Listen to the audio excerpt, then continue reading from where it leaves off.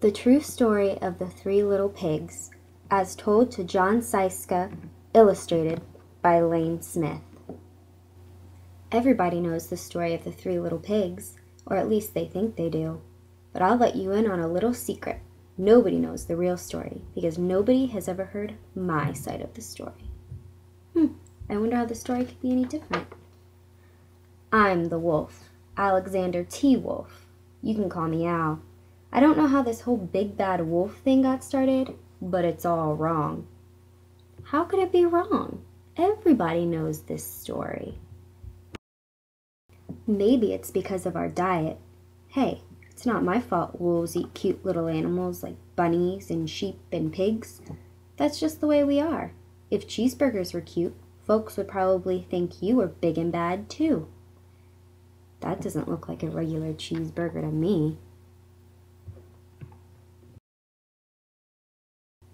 But like I was saying, the whole big bad wolf thing is all wrong.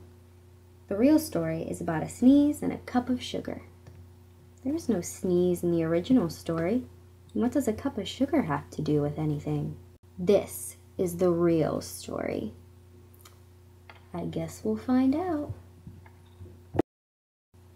Way back in Once Upon a Time, I was making a birthday cake for my dear old granny. I had a terrible sneezing cold. I ran out of sugar. I wonder what kind of cake he's making. Those look like bunny ears in there. So I walked down the street to ask my neighbor for a cup of sugar. Now this neighbor was a pig, and he wasn't too bright either. He had built his whole house out of straw. Can you believe it? I mean, who in his right mind would build a house out of straw? That's a good point. Would you do that if you were a pig and lived so close to a wolf? So of course the minute I knocked on the door, it fell right in. I didn't want to just walk into someone else's house, so I called, little pig, are you in?" No answer. I was just about to go home without the cup of sugar for my dear old granny's birthday cake. Why would he knock on the door if it was made out of straw? Of course it's going to cave in. That's when my nose started to itch. I felt a sneeze coming on. Well, I huffed, and I snuffed. This is starting to sound very familiar. And I sneezed a great sneeze. And you know what? That whole darn straw house fell down. And right in the middle of the pile of straw was the first little pig, dead as a doornail. He had been home the whole time. I wonder what the wolf will do now. It seemed like a shame to leave a perfectly good ham dinner lying there in the straw, so I ate it up. Think of it as a big cheeseburger just lying there. Would you eat a cheeseburger that was just lying around? I was feeling a little bit better, but I still didn't have my cup of sugar, so I went to the next neighbor's house. This neighbor was the first little pig's brother. He was a little smarter, but not much. He had built his house out of sticks.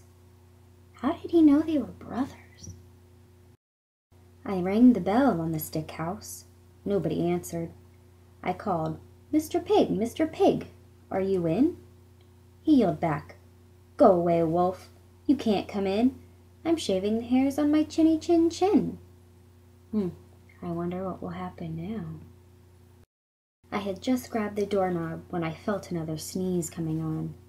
I huffed, and I snuffed, and I tried to cover my mouth, but I sneezed a great sneeze. Why did he grab the door handle? Was he going to go in without being invited? And you're not going to believe it, but this guy's house fell down just like his brother's. When the dust cleared, there was the second little pig, dead as a doornail. Wolf's honor. How honorable could this wolf possibly be? Now you know food will spoil if you just leave it out in the open, so I did the only thing there was to do. I had dinner again. Think of it as a second helping.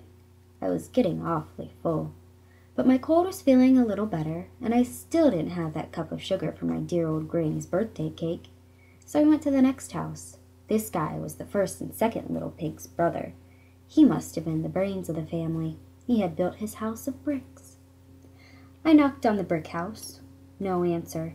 I called, "Mr. Pig, Mr. Pig, are you in?"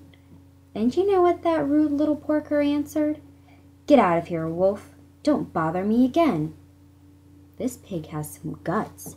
I wonder if his house will fall down too. Talk about impolite. He probably had a whole sack full of sugar, and he wouldn't give me even one little cup for my dear, sweet old granny's birthday cake. What a pig! I was just about to go home and maybe make a nice birthday card instead of a cake when I felt my cold coming on. I huffed, and I snuffed, and I sneezed once again. Then the third little pig yelled, "And your old granny can sit on a pin." He looks like a mean pig, but I still wouldn't let that wolf in.